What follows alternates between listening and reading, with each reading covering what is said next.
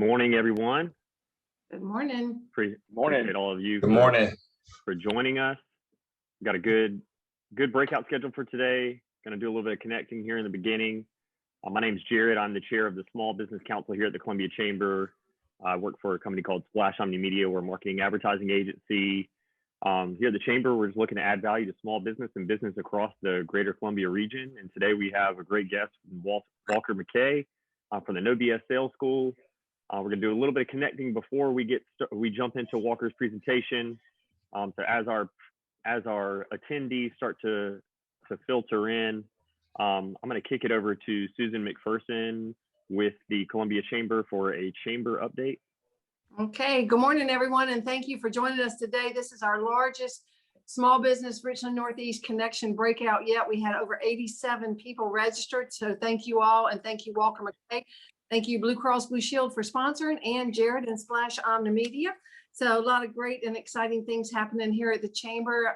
In addition to small business, this Friday, we hope that if you have a chance, you will register and join us. Carl Blackstone will be hosting a community town hall with General Beagle and Judy Gadsden, and the purpose is to let people know what's happening out of the fort.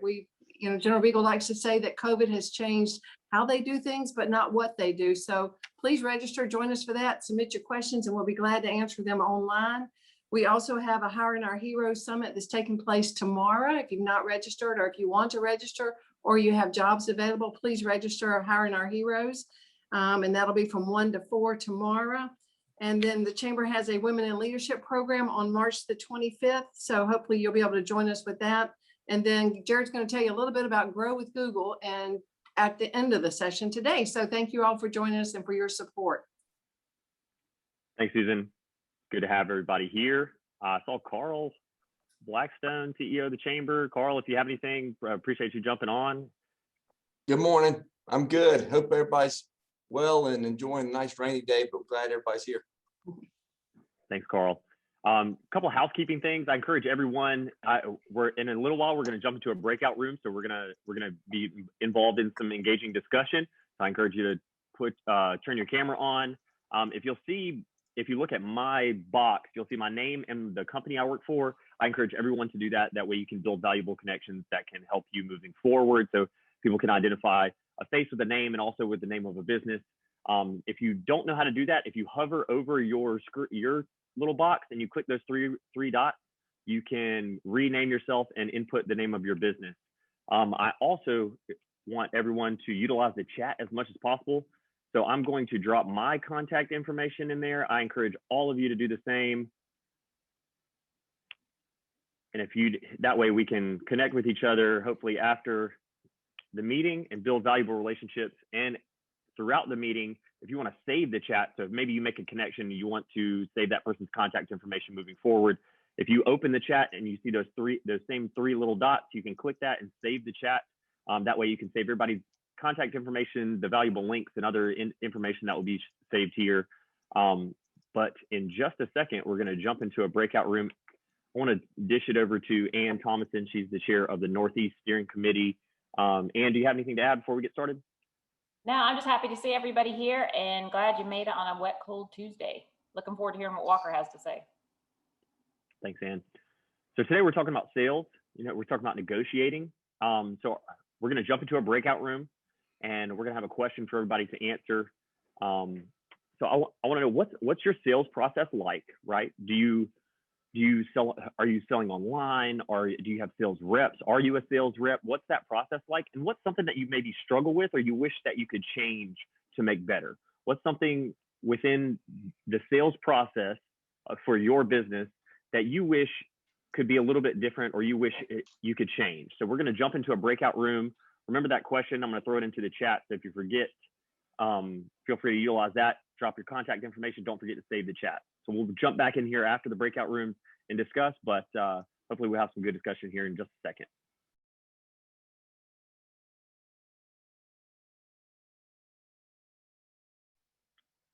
So as everybody's coming back in, I encourage everybody to turn on your camera. If you're joining us now before we went into our breakout rooms, I encourage everybody to put your name and your company name within your little Brady Bunch square here. we aim to build valuable connections and connect people with those that can add value to their business. My name's Jared. I'm chair of Small Business Council. Our question for our breakout room was, what's the sales process like? And what's something that you wish you could change? Before we jump into the discussion on that, one way I've been able to utilize virtual webinars and Zooms like this is by taking a screenshot of the breakout and then tagging all of you guys in LinkedIn. So I'm about to do that. I wanted to give you guys a warning before, so I didn't catch you mid-smile or anything like that. So you had an opportunity to make sure that you were postured well. So I'm about to take a screenshot of our breakout and then tag you guys on LinkedIn. I hope that I can connect with you after, but that's about to happen. So get ready, 3, 2, 1. Awesome, thank you so much. So in our breakout room, like I said, we're aiming to build valuable connections, add value to people. One thing we talked about the sales process. We had Anna Edmonds with the F-Suite magazine. Anna, would you like to share what you shared with us in our breakout room? I would love to share what I shared in the breakout session. Thank you for the opportunity. For those of you who don't know me, I'm Anna Edmonds, the publisher and managing editor of the F-Suite magazine, Columbia's only business magazine for women. I need a salesperson very badly. I'm a one-woman team. I work with contractors who do the writing and the photography and everything else. And it's up to me to do the sales, which is the actual stories, the profiles we do of people, and the advertising, and we're getting into events. So I need a salesperson very desperately. If you are one or need one, please contact me. My info will be in the chat room. Thank you. Thanks, Anna. And just as a heads up to everybody, I encourage all of you to drop your contact information in the chat. Like I said, we're aiming to build valuable connections, so you could utilize some of the contact info and follow up with some of these people. If you click the chat, there's 3 little dots. If you click those dots, you'll see where it says Save Chat, saves it right to your desktop. Please utilize that. If you have any questions throughout the breakout for Walker, once he gets started, please feel free to utilize the chat to drop those questions in. I want to open it up to anybody else that had anything valuable to share from their breakout session. So if you had anything that you would like to share, please feel free to unmute yourself and share with the group. I can jump in, Jared. Blake here. Awesome. Hey, good morning. I was sharing with our group, I don't think it matters whichever industry you're in. Everybody needs to connect with their audience. And so I think that's, before you have a sales process, obviously understanding that, but understanding your audiences, who they are, what problems they have, and what inspires them to make a decision. And so I think everything is they make decisions off of problems and opportunity. And so I like to look at sales and either life. You're either getting better or you're not. And so with sales, having a repeatable process, like you're either getting better or you're not. And so something that you can improve and have a continuous improvement mindset. And so I've been doing this about 13 years. And so it's been ugly along the way, but I feel like that every year I can look back and say that I'm getting better. Awesome. Thanks, Blake. If anybody else has anything to share, feel free. This is your time. That's funny you said that, Blake, because it was almost word for word what I'd said. And I took it from you. Time to spend preparing for sales. Don't worry about product. Worry about personality, connection, and that will take you a lot further than product knowledge. Definitely. Thanks, Bob. We're going to get started in just a couple more minutes. We're going to kick it over to our presenter today, Walker McKay with the No BS Sales School. If anybody else has anything to add before I kick it over to Walker to get started, this is your time. Feel free to unmute yourself and share.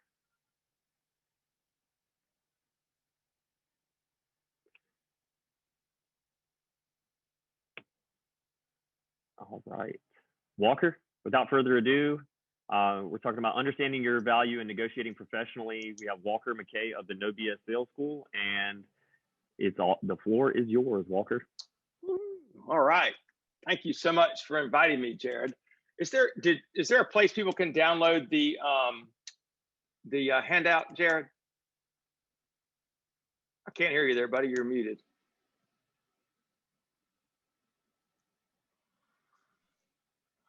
So I have a handout that we sent over to Jared yesterday, and And so if Jared hooked it on here, then we can download it. You have it on there, Jared?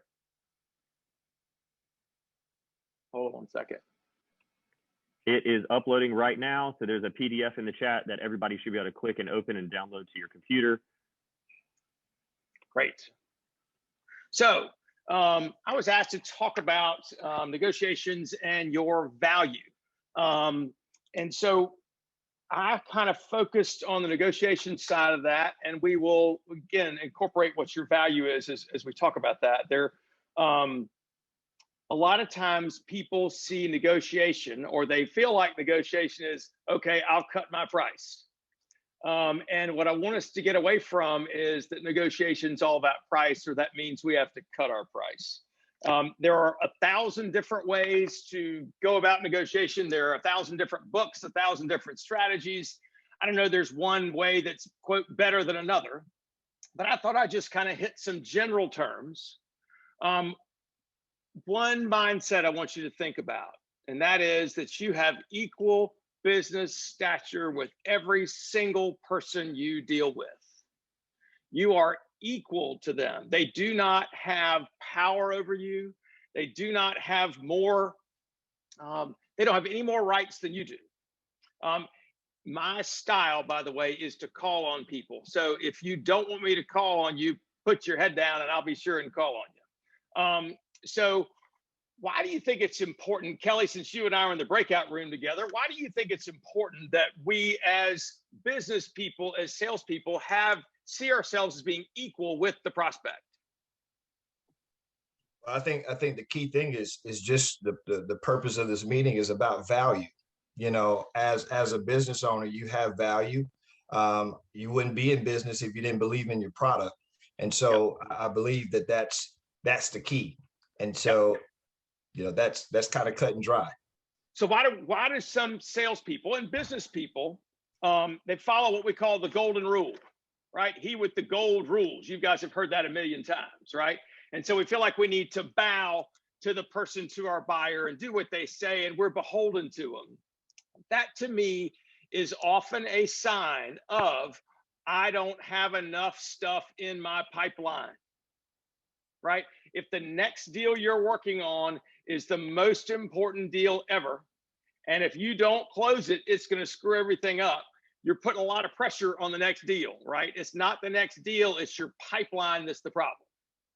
So one of the things that I teach people, companies, is how to have a sales system, a process that you can follow from beginning to end. A lot of times I get approached by business owners and they say things like, look, I know how to sell. I've been doing this for a long time, but I'm trying to bring on salespeople and they don't do it the same way I do. I feel like they're screwing it up, and I'm not sure how in the world, you know, that we don't have a common language that we speak. And the common thing I hear is somebody comes back to the office and says, hey, I got one. And we don't know if I got one means I got an appointment, I actually have a second appointment, or they like me, or I have a check, right? All completely different things. And so we need to have a common language that we're speaking with our salespeople.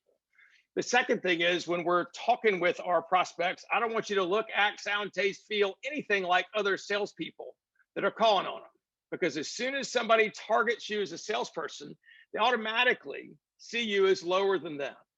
And we often help them because we see ourselves as lower as well. First of all, first rule, and this messes some people up.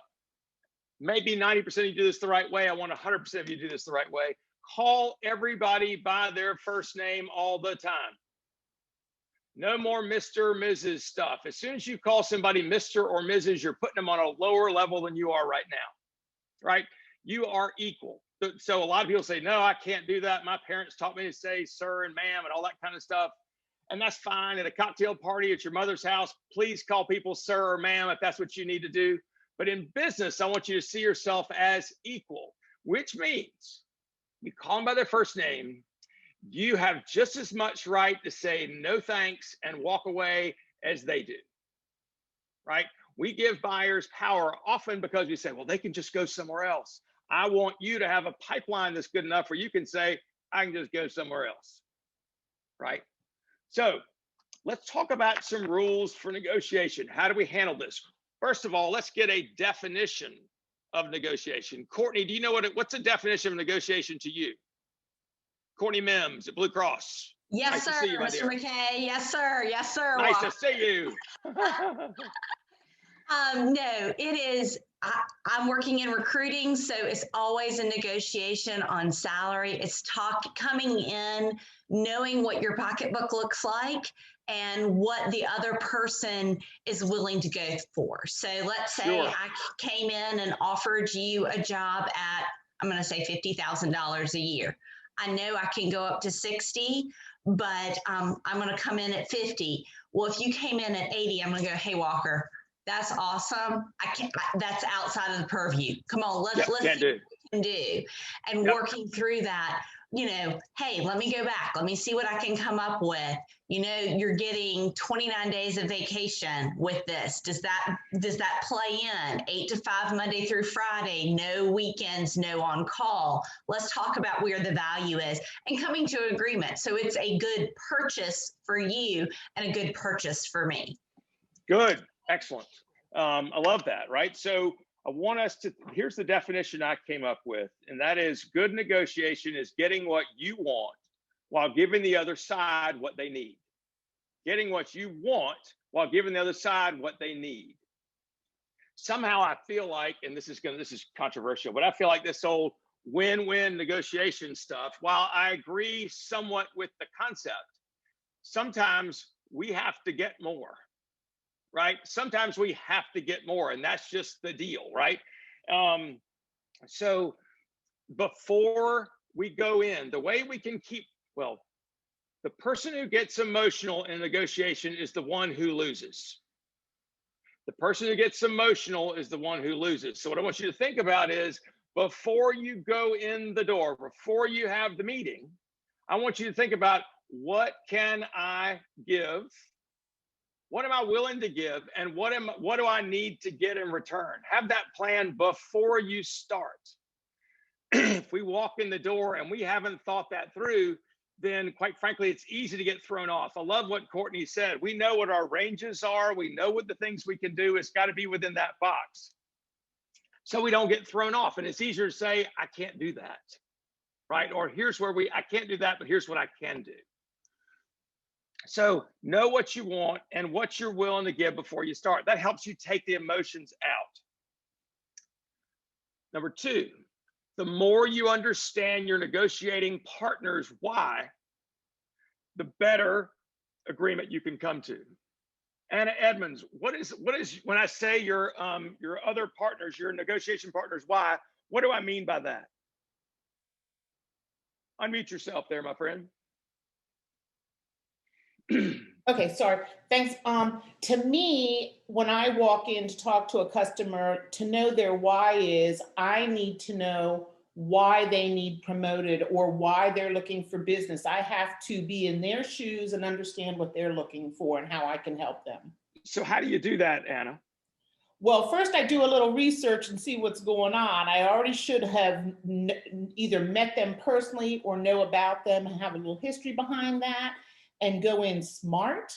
And then I literally, if not the first question, a very early question is, how can I help you? I tell them what I'm doing. I'm like, how can I help you? It's not what I can do for me, it's what can I do for you?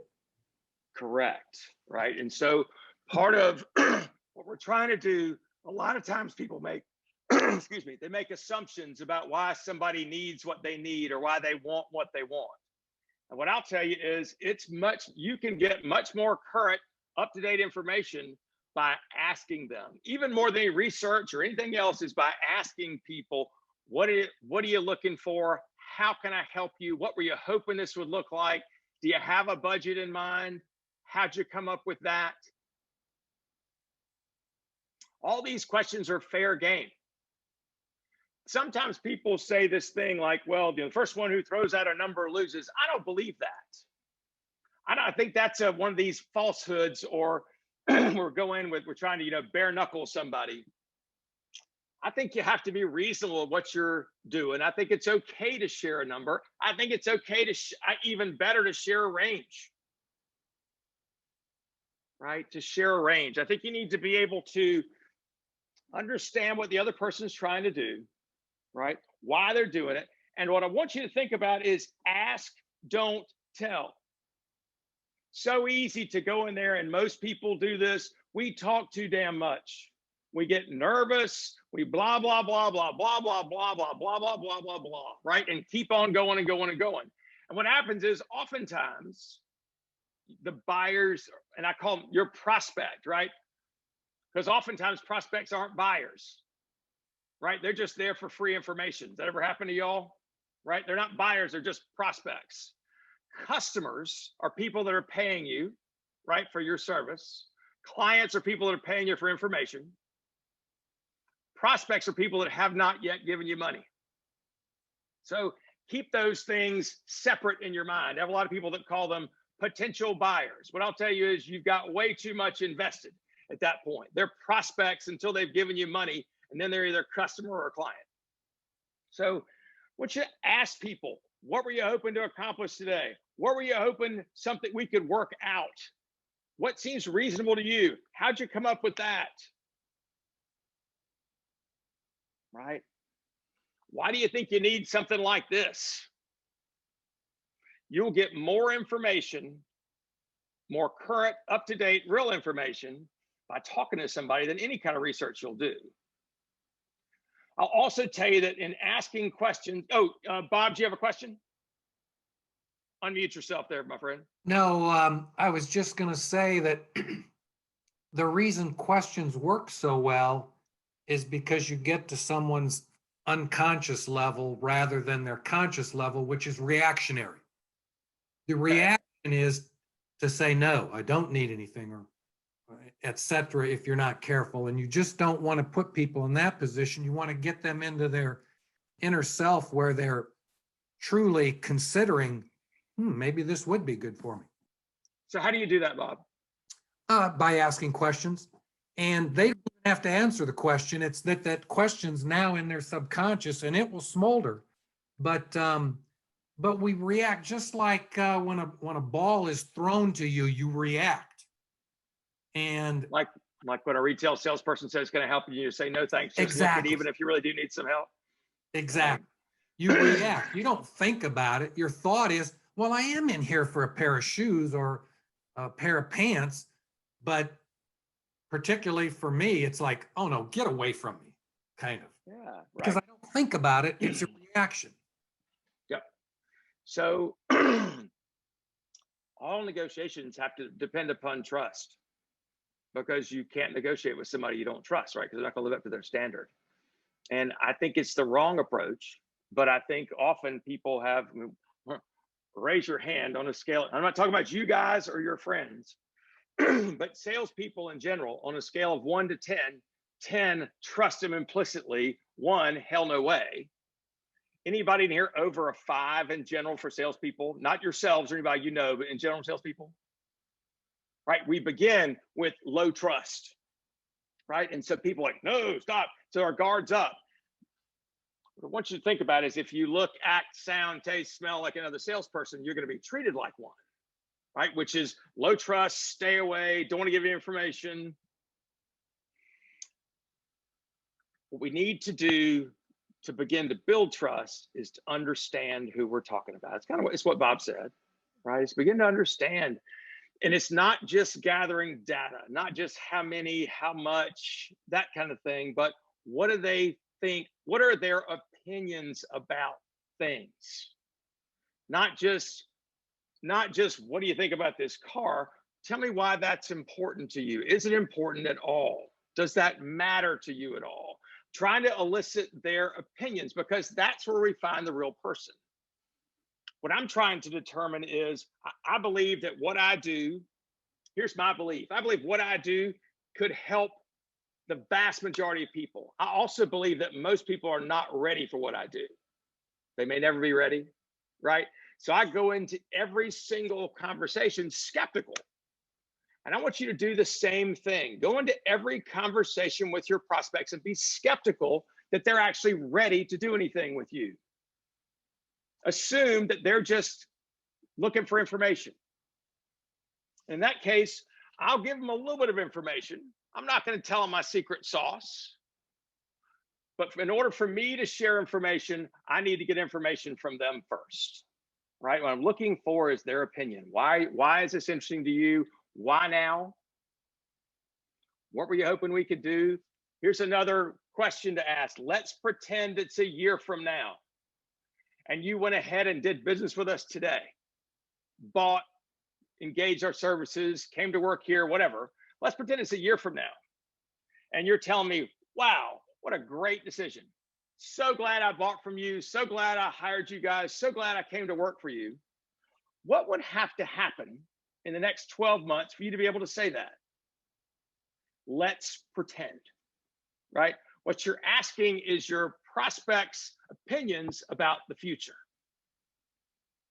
So, Jimmy Beecham, what can we learn? Why is let's pretend a powerful question? How does that help your prospect and us? I think it gives you a chance, like you said, to kind of try to get inside their mind a little bit, let them kind of fill in the blanks for what they're expecting the relationship to look like, and then you can kind of decide, hey, if that works, maybe is that the way you want to do it, or adjust accordingly. Bingo. So here's my belief. We can look at somebody and we can think we know about them by asking their opinions. Here's the thing. You can process thoughts at about somewhere between 1,100 and 1,400 words a minute. So I'm ADHD. I've got these ideas that float through my head like this all day long, right? They just cruise through. We can speak somewhere between 90 and 125 words a minute. So if you do the math, I had to get someone else to do the math for me on this, but if you do the math, if you ask somebody one question, it slows that idea cloud down enough that you can get about 7% of their thoughts on a subject. 7%. If you ask a follow-up question, it doubles to 14. Another follow-up question, it doubles to 28, right? So questions along the same line, help them pull more out. I would like you to think as well, this is not, a lot of people think I'm trying to get this information to use it against them, or I'm going to really get to them. What I want you to think about is that by asking a person questions and then follow-up questions with their opinions, what happens is they begin to take their jumble of thoughts. When they have to speak it out, they make sense of those thoughts for themselves. So the person who often benefits the most from these kind of conversations is the prospect themselves, to help them get clear about what are their thoughts about this? Why are they interested in this? What is important? What do they hope will happen? Because most of us don't have that in our forefront of our brain. We've got too much going on already. So by slowing down, asking people before you jump to solve, which is easy to do, I want you to ask, let's pretend. It's a great one. Let's pretend it's the end of this meeting and you're walking away saying, I'm so glad this worked out. What would we have agreed upon? What would this have looked like? In negotiations themselves, ask questions, don't tell. So let's pretend somebody says, I can do this, but I'll do it for $9, not for 10. Instead of committing to that, you can say, let's pretend I can't do $9. What happens next? Let's pretend I can't. What happens next? Let's pretend I can, right? Don't obligate yourself. I want them to be exploring more than me, right? Let me move on to number 4. I want you to think bigger than just the money. You talked about it. Let's see. Courtney, you talked about this a little while ago. A lot of times we focus negotiation on just the money. Oh, well, it's $80. No, it's $70. I'll take this, and back and forth. There's so much more involved. Like Courtney said, there's often vacation days, how much of your insurance is paid, how much, where they're going to work. Do they have a car allowance? Could be any number of things. Any number of things that can go on that we need to be talking about. It's not just about the money. So, and as I say that as a lead up to, whenever you give something, I want you to get something in return. So to go back to the last example, if somebody says, If your price is $10 and somebody says, I'll give you 9, and you say, okay, what did they just learn? They just learned you were trying to steal $1 from them. We think we're doing some great thing. Here's the thing. If you have to give away something, get something in return. I can do it for $9. Here's the thing. I'll need cash up front. Or if I can do it for $9, I'll also need you to do these 3 things. Or I can do it for $9, but I can't offer these services. If you give something, get something in return. If you don't get something in return, people won't put value on it.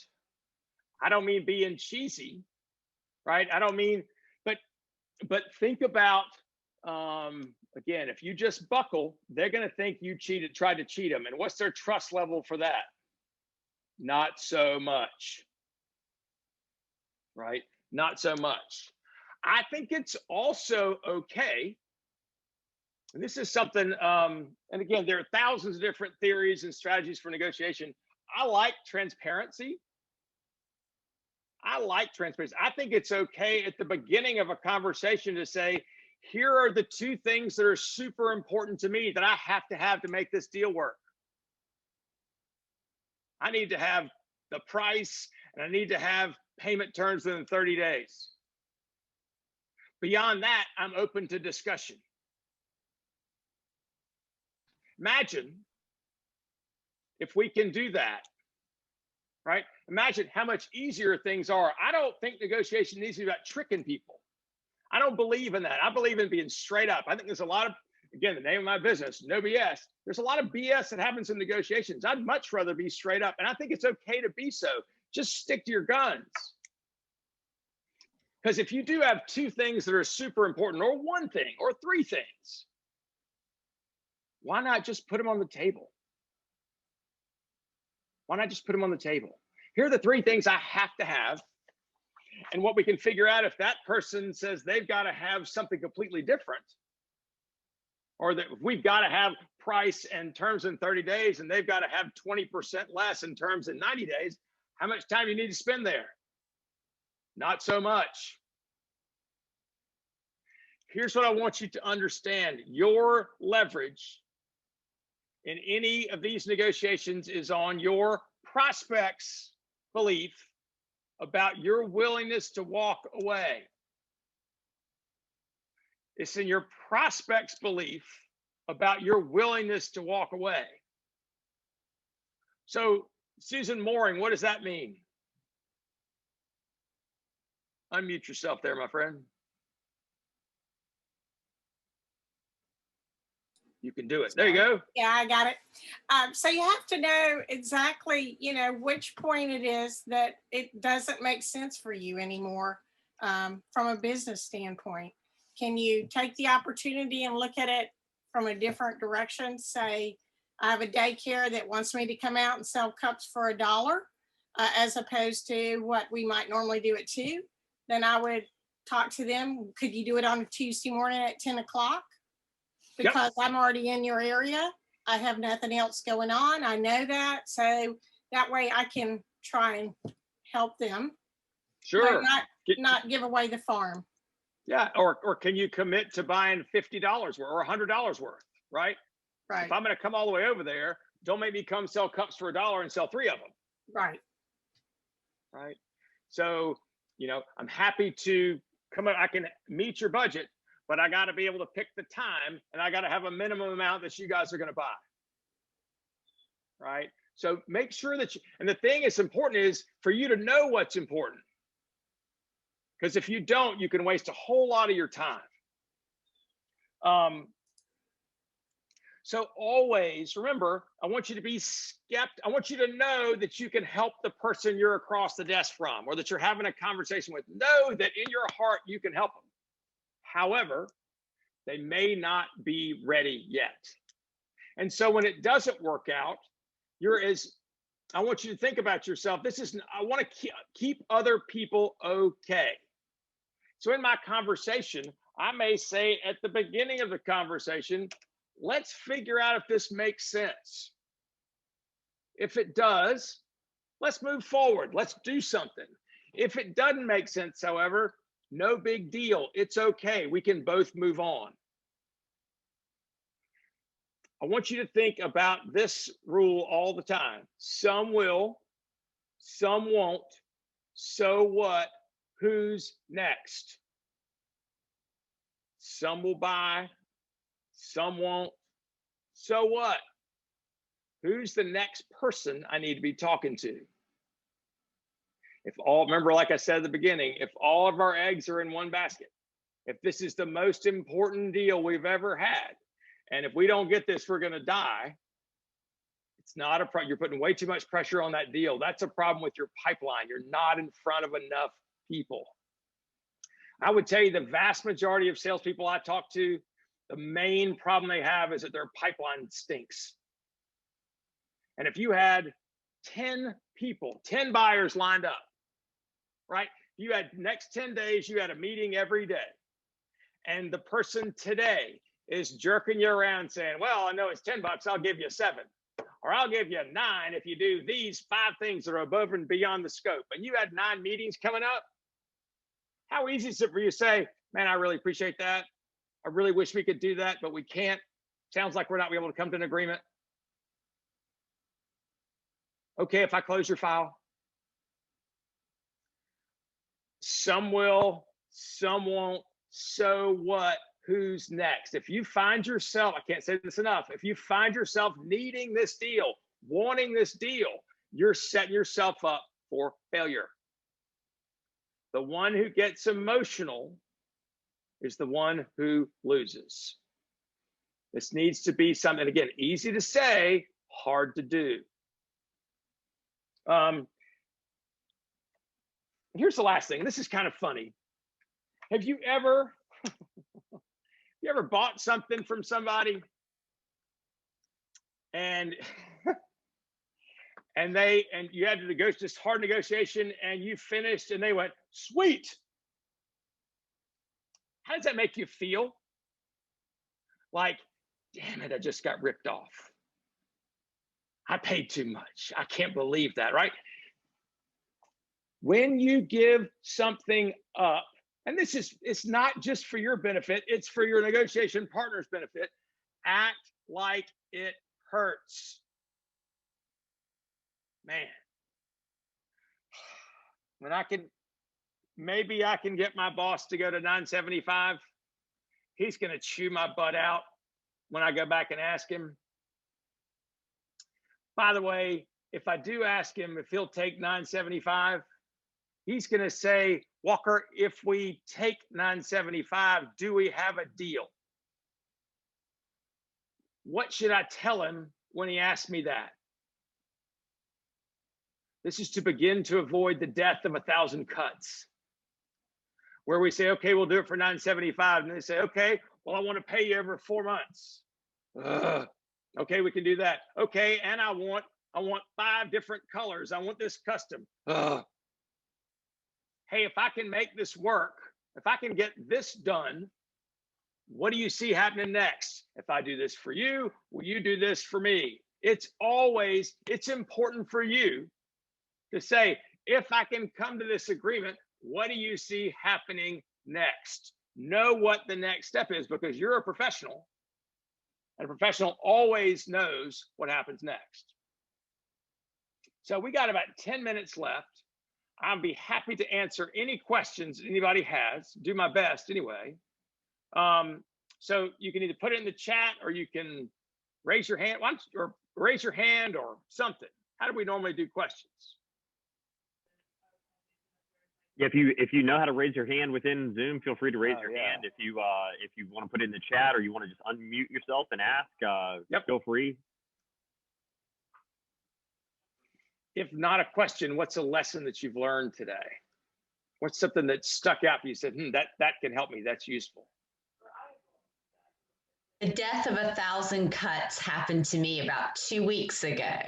I thought we had the salary set and start date we had discussed, and Well, I think I need a little bit longer. I think I need a little bit longer. Oh, I understand you can now do this. And so it was the death of 1,000 cuts because we were emotionally invested and no one was willing to say no. No. Yep. And as soon as you go beyond something you say you'd never do, all of a sudden everything's out on the table. So The Christy James is raising her hand. Walker. hey, Christy James. Christy. Hey Walker, how are you? Fine, my dear. How you doing? I'm doing great. I'm sorry I'm not on camera, y'all. I'm driving. I'm pulled over to the side of the road to be able to ask you this.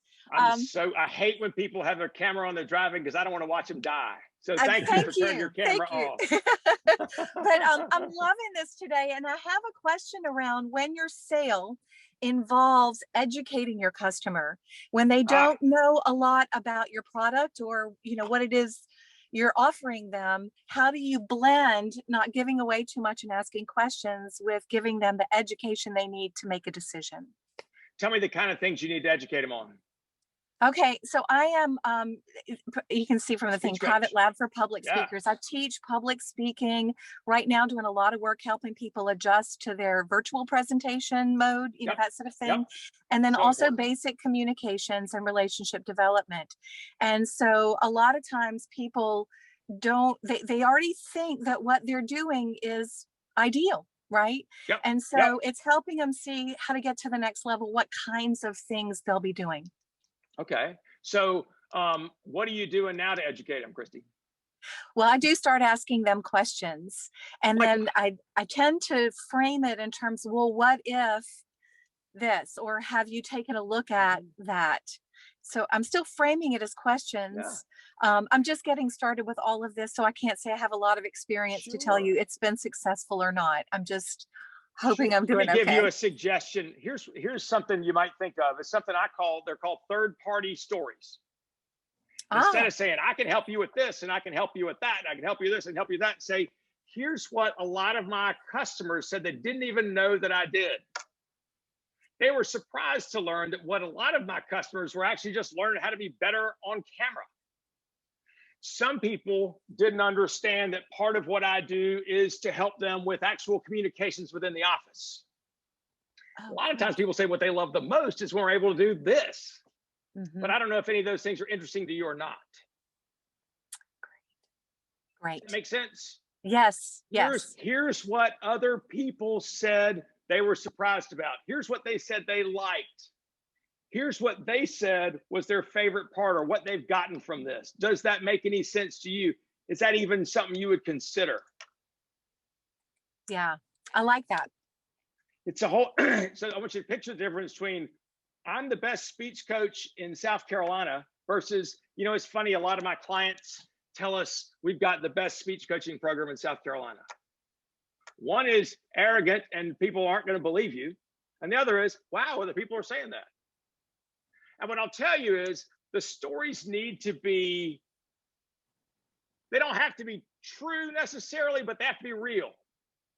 So maybe nobody said you've got the best speech coaching program in South Carolina, but that's a real comment. It's a real thing. And I'll go ahead and say it, Christy, you've got the best speech coaching program in South Carolina. So now you can use that as a third-party story. Make sense? Thank you. Yes, it does. Okay, good. Who else has a question? Walker, I wanted to bring up a point, if I may. Please do. Yes. It was when you were talking about being on equal footing when you walk into a negotiation. I struggle with this. Almost everybody does at some point.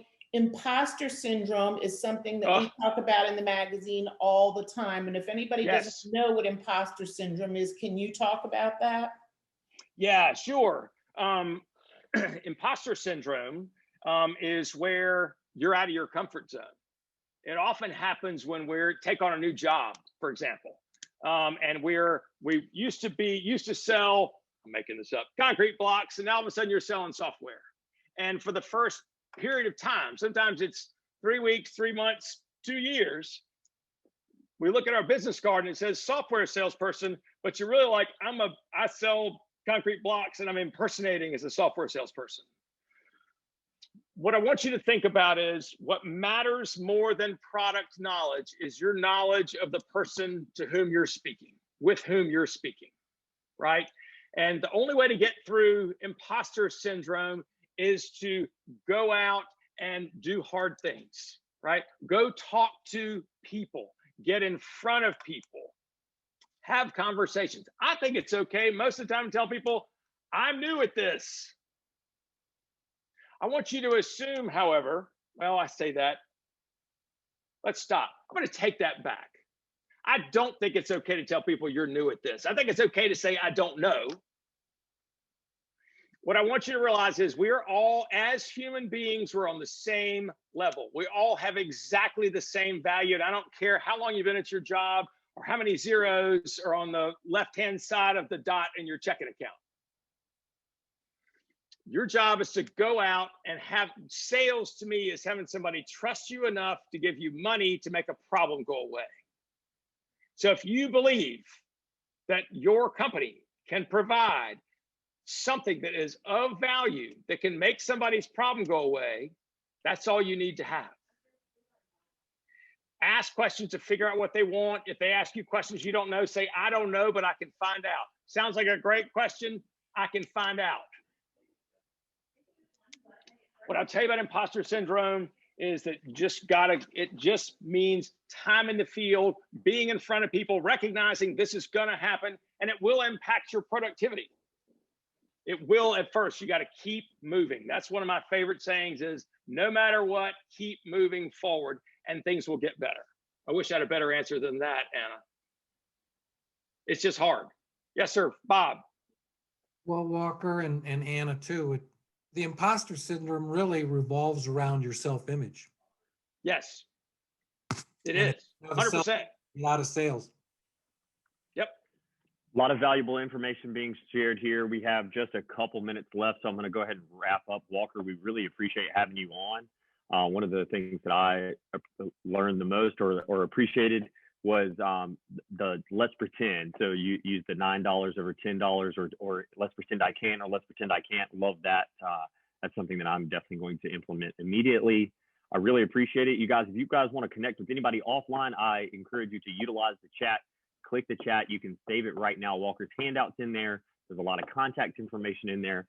And right now I'm going to share another link for something we have coming up next month. It is, so the Columbia Chamber, the USC Technology Incubator, Benedict College, Women in Business Center, and the City of Columbia Office of Business Opportunities have partnered with Google for a Grow with Google monthly webinar series. Started this past week. Really awesome information. If you own your own business or you're in small business, they teach things in this webinar that you can immediately implement. And if there are things that you can't implement, they connect you with partners like Splash Omni Media or Blake or DeBose Web Group to be able to immediately impact your marketing and communications with your customers. I've dropped that link in the chat. Feel free to register. It's completely free. A lot of valuable information that you can implement immediately. And majority of it's free of charge. You know, it's how to set up your Google Ads, your Google Analytics, how to maintain visibility and accessibility on the internet.